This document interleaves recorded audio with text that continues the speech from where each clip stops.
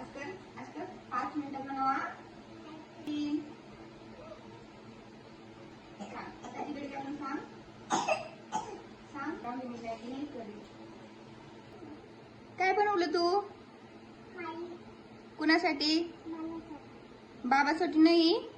Maggi खायला लवकर या. बाळाने मॅगी बनवली.